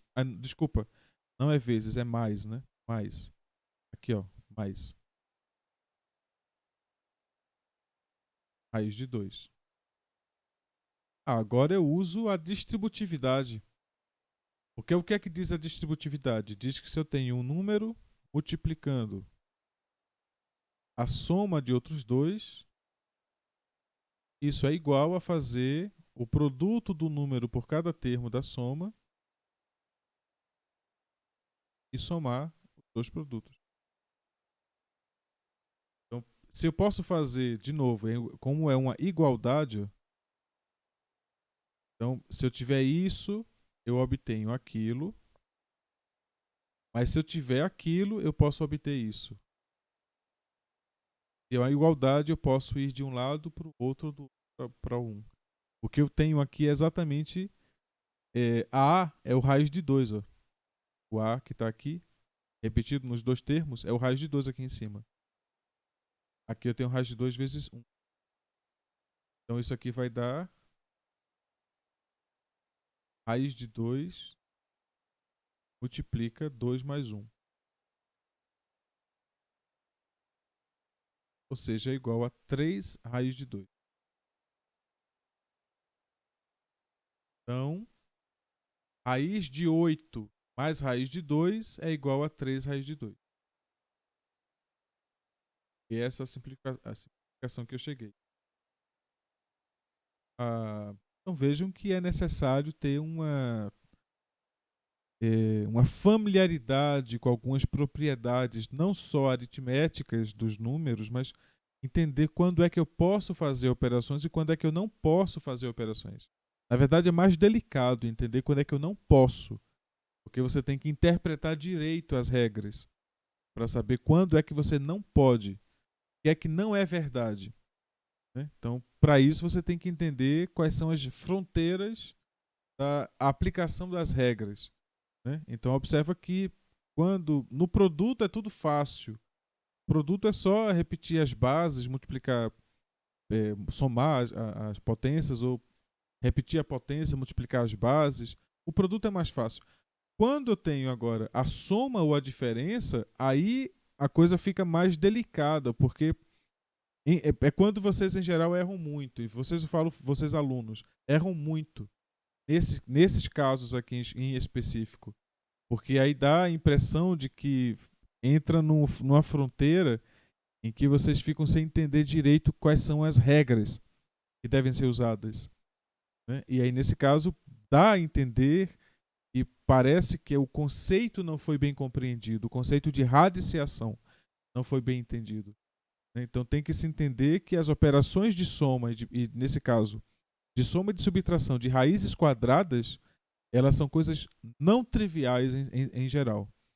Então o conselho que eu dou é sempre que tiver a soma ou a subtração de raízes quadradas, não faça nada. Se você não souber o que fazer, não faça nada, deixe como está. Porque não tem nenhum erro. Entendeu? Você escrever raiz de 8 mais raiz de 2 é a soma de dois números. Se as coisas que vocês fizeram antes, por exemplo, encontrar a imagem da função, encontrar a composição de funções, vocês vão fazer limites e derivadas, e se vocês calcularam o limite e chegaram a um número como esse aqui, não precisa fazer mais nada. A princípio, não precisa fazer mais nada. Só se em algum caso específico do problema, ou seja, uma necessidade do problema, tiver a necessidade de você usar esse número de novo. Né? Aí seria muito mais simples usar o número, esse número que foi encontrado aqui, 3 raiz de 2. Né? 3 raiz de 2 é uma forma bem mais simples de escrever do que essa. Né? E a princípio, por questões de complexidade, isso aqui é complexidade zero. A complexidade disso aqui, comparado às outras coisas que vocês vão aprender, a complexidade disso aqui é zero. Então, é esperado que vocês saibam fazer isso. E rápido e bem feito. Né? Então, esse é um tipo de coisa que vocês devem aprender a fazer e praticar para entenderem quando é que está errado, quando é que vocês não devem fazer ou quando é que está errado. Né? E aí tem outras implicações da diferença. A diferença tem outras coisas que são chamadas de simplificações algébricas. Aí eu tenho a diferença de quadrados, por exemplo, pode ser aplicado para simplificar essa diferença aqui, ou se eu tiver, por exemplo, potências cúbicas, raiz cúbicas, em vez de raiz quadradas, raízes cúbicas, E aí existem outras igualdades que devem ser consideradas, mas essas igualdades são algébricas, aí entra-se em outro panorama. Mas aí o que eu vou fazer agora é dar uma pitada das operações com os números racionais. Eu vou definir as operações básicas dos racionais e concluir o encontro de hoje, a aula de hoje, né? Vou abrir para discussões. Então vamos lá. Números racionais genericamente são escritos como razão de dois números. Em geral a gente chama de frações, né? São escritos como razões de dois números. Então que eu considero esses dois números como sendo números quaisquer. A e B, toma razão entre eles, são números racionais. Em geral são números que são números inteiros, tá? A e B são inteiros. São números inteiros. Então, já vimos na aula, né, que raiz de 2 não é racional, né? E a notação para o conjunto é essa aqui, tá? Então, nós já vimos na aula, por exemplo, que raiz de 2 não é racional. Raiz de 2 não é um número racional. Nós vimos na aula, acho que na primeira aula ou segunda vimos isso. Pois bem, então significa que a metade desse número também não é racional. Então, se eu considerar frações de um número que não é racional, esse número não é racional. Tá? Então, só fazendo um adendo, já que eu estava falando ali de radiciação, né? Então já temos aqui uma fronteira que, de alguma maneira, desconsidera aquilo que estávamos tratando, mas vamos ver que existe uma associação que pode ser feita quando consideramos as operações para números reais. Vemos que elas são abarcadas, ou seja, todas as operações que eu defini de números naturais, elas são consideradas para os números reais, claro que com outras considerações a serem feitas, mas genericamente as regras elas vão se somando. Então, somar números reais tem propriedades equivalentes à soma de números naturais, só que com características distintas. Podemos ver isso com mais detalhes depois. Então, dado o número racional A e B, eu quero saber somar esses números. Essa é uma coisa que deve ser bem definida. Então, tem dois números racionais, eu quero somar esses números. Eu vou definir como soma. Isso aqui é uma definição. Então, entendam que é algo que vocês, a princípio, não precisam entender. Vocês precisam conceber, aceitar que é. E vou definir da seguinte maneira.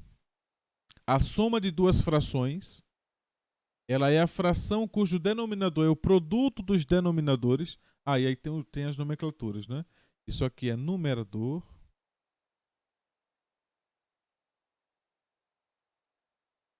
E isso aqui é o denominador.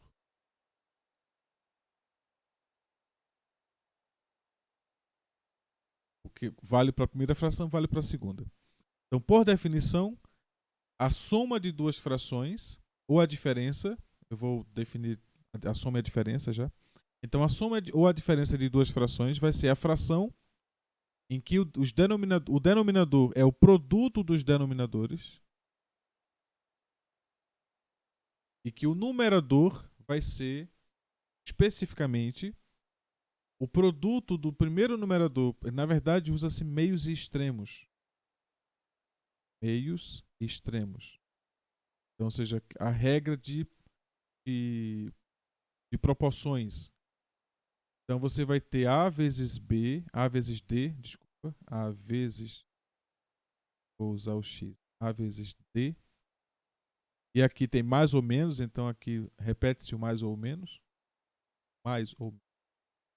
Se for soma, então aqui é uma soma. Se for uma subtração aqui é uma subtração. De B vezes C. Pois bem, essa é a definição de soma. E como é que a gente faz, então, para fazer operações entre frações? Faz isso. Entenda que, dadas duas frações quaisquer, não importa quais sejam elas, dadas duas frações quaisquer, o que você deve fazer para fazer a operação de soma é fazer essa operação aqui. Usa-se isso como uma fórmula.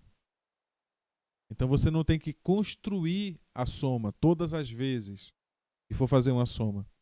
O que você precisa saber é isso. Você vai multiplicar os denominadores e isso vai gerar o novo denominador.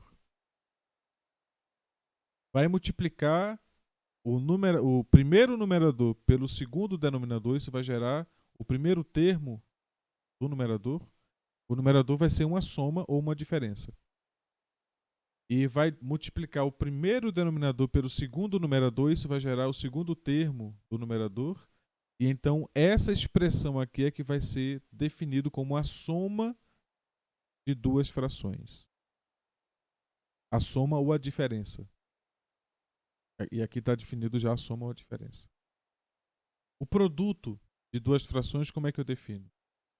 Então, dadas duas frações, AB multiplicado por CD. De novo, eu vou definir, esse símbolo aqui eu vou usar para definição. Vai ser então a fração em que o numerador é o produto dos numeradores e o denominador é o produto dos denominadores. Essa é a operação de multiplicação. Qual é a operação de divisão? Como é que eu divido duas frações? Então, dada a fração A vezes B, eu quero dividir ela por C vezes D. O que eu faço?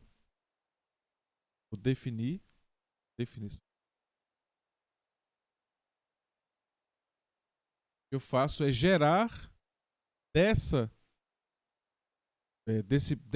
operação de divisão, eu vou gerar uma operação de multiplicação. Então, vou repetir a primeira fração e vou multiplicar pelo inverso da segunda fração.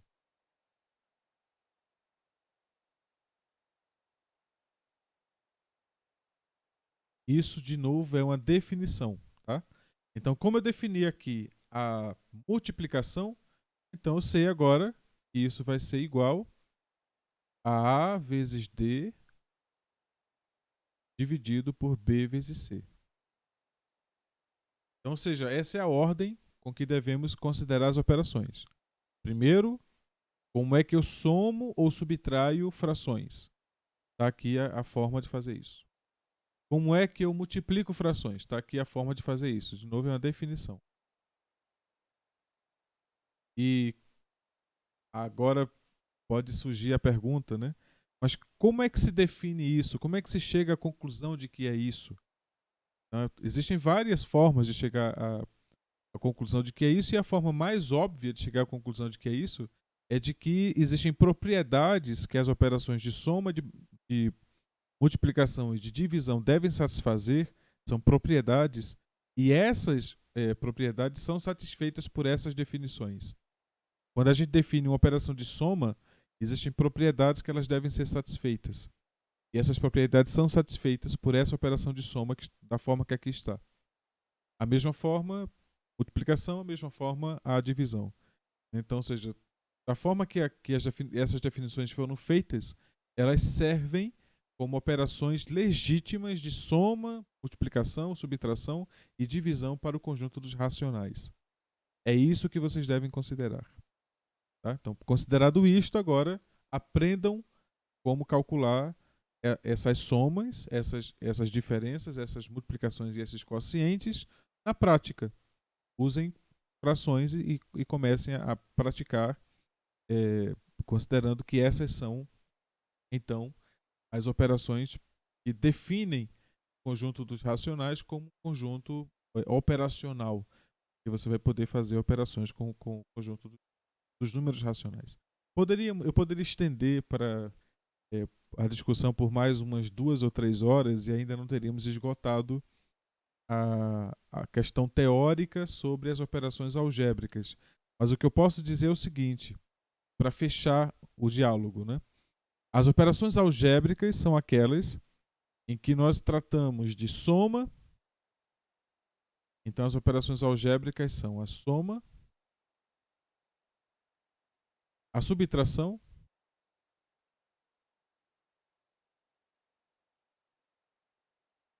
o produto, a divisão,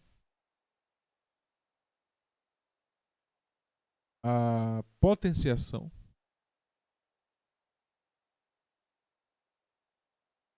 e a radiciação.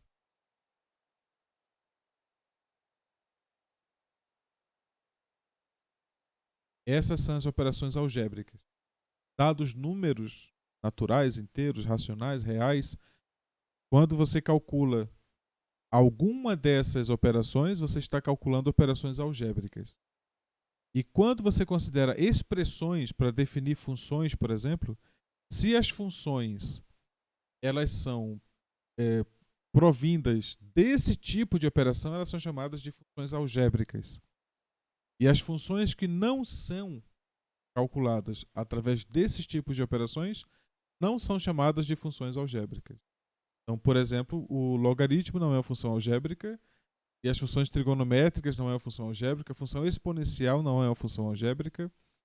Então, são funções de outra classe, portanto, é estudado de uma forma específica. Podemos classificar, então, as funções como sendo funções algébricas e funções não algébricas.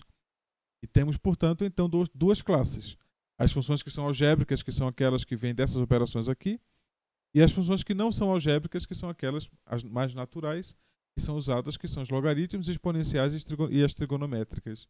Claro, tem as trigonométricas inversas, as funções hiperbólicas, que aí são coisas que vocês vão estudando aos poucos ao longo dos cursos de cálculo 1 e cálculo 2. Então, especificamente, o que vocês podem subentender é que essas operações aqui que eu citei, tratando da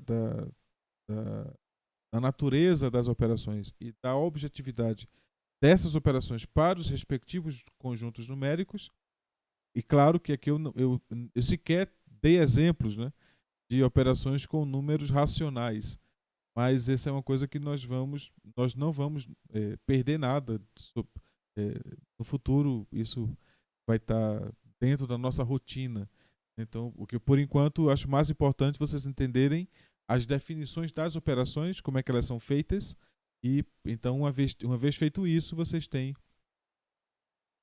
o pano para manga, né, para saber como fazer as operações para números racionais e aí ir buscando ali quais são as coisas que vocês podem e as coisas que vocês não podem fazer no campo das operações aritméticas, e foi exatamente o que nós apresentamos hoje. Tá? Então, com isso eu concluo a exposição e abro para vocês fazerem perguntas.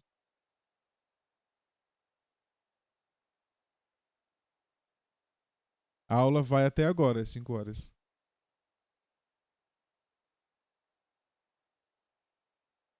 Eu vi agora a pergunta, Leonardo.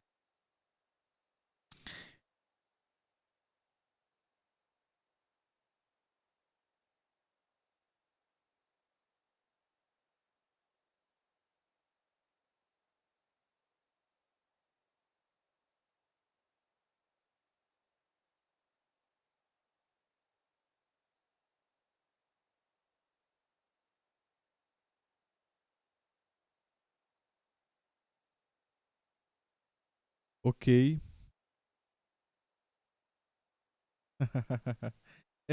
Espero que surjam. As dúvidas são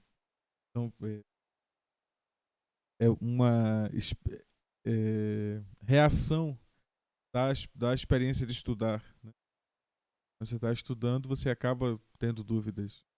E entendam que esse ambiente aqui esse ambiente para dar aula do pré-cálculo, né? Ele é para que vocês tragam dúvidas também, para que a gente use o espaço não só para ficar fazendo exposições teóricas, né?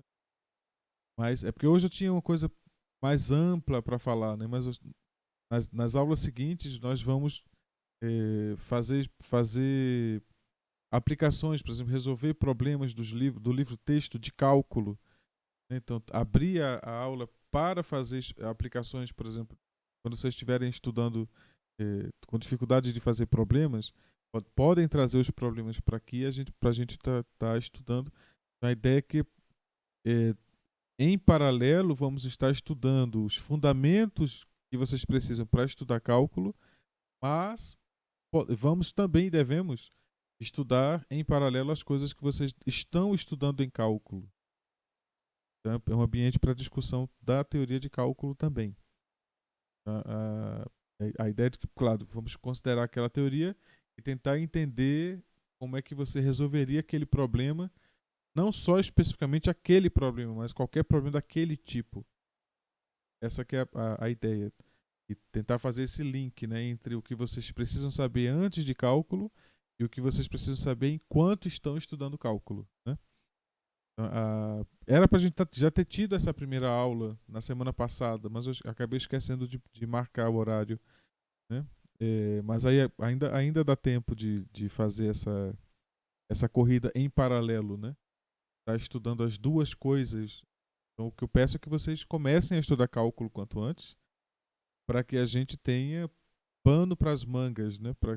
Para poder estar evoluindo enquanto tá estudando enquanto vocês estão estudando cálculo, a gente pode ir aqui fazendo o amparo esse amparo teórico, né? Para que vocês possam ir construindo as ferramentas de forma sólida. Vimos até o momento como é que você trata de conjunto de números, né? Como é que se relacionam as operações entre números. Então, não tem nenhuma variável, por exemplo. Até o momento a gente nem definiu o que é uma variável. Mas aí, logo mais, vamos ter que definir o que é uma variável e, portanto, sair partindo para o que é uma função, né? E a partir dali, tem várias coisas que podemos fazer com funções. Operações algébricas com expressões algébricas, e divisão de polinômios, produto de binômios.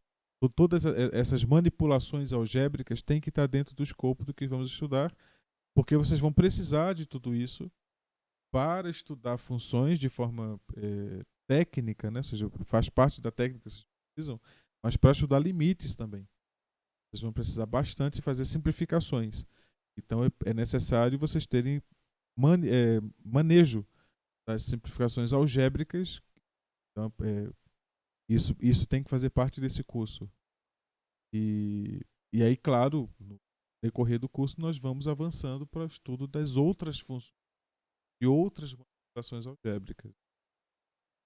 O objetivo é que esse curso ele acabe um pouquinho antes da disciplina, né? Porque é esperado que vocês, depois de um mês e meio, vocês já estejam aptos a fazer a disciplina, porque tem um certo momento que vocês começam a estudar derivadas, por exemplo, não faz mais sentido esse curso, né?